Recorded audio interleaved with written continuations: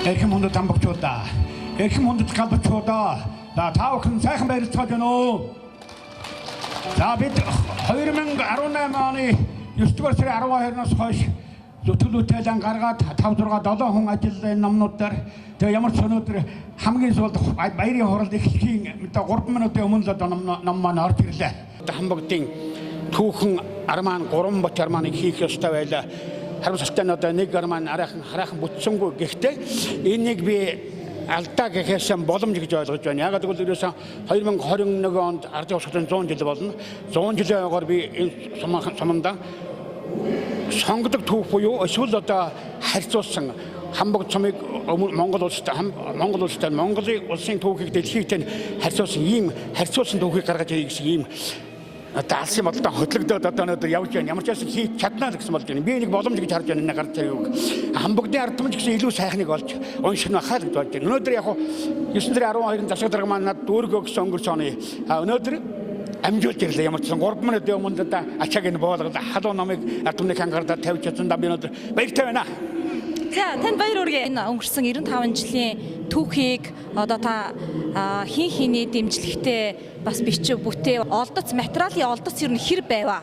За энэ дээр одоо төшгөлсөн олон сайхан улсууд бол манай хамбог цом ганцаараа тийм биш байх гэж бодож байна. Ерөнхийдөө сая би хэвлэх үйлдэл дээр очиход бол хөвсгөлөд 10 мянган ном хэвлэлж өгч байна. Манай цогтоо осом хэвлэлж өгч байна. Гэхдээ манай сум харьцангуй маш олон ном гаргасан.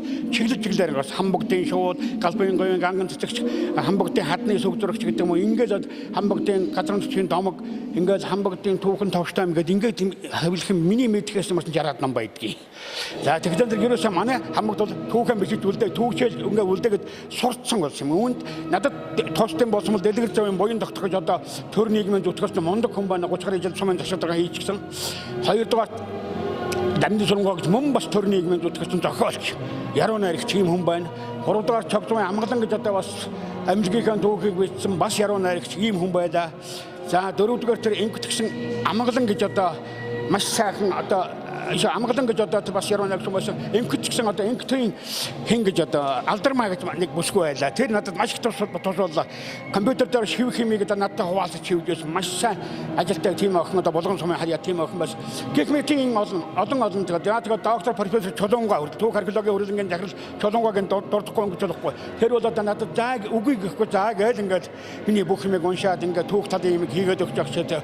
Хөх Монгол принтинг манай Өмнөг аймгийн хүн дарга нь байдаг шиг байгаа. Өмнө гойхонд их хэлэхдээ маш сайхан хэвлэж өгсөн. Би урданд номоо хөвлөж байсан. Нэлээд хэд номоо хөвлөж байсан. Ийм сайхан хамт олон, ийм сайхан ард түмэн, ийм сайхан хүмүүсийн хүчээр манай хамбогд энэ одоо галбан нутгийн домог сайхан түүчэлэн үргэлжилж байгаа маа. Хэрэгсэн.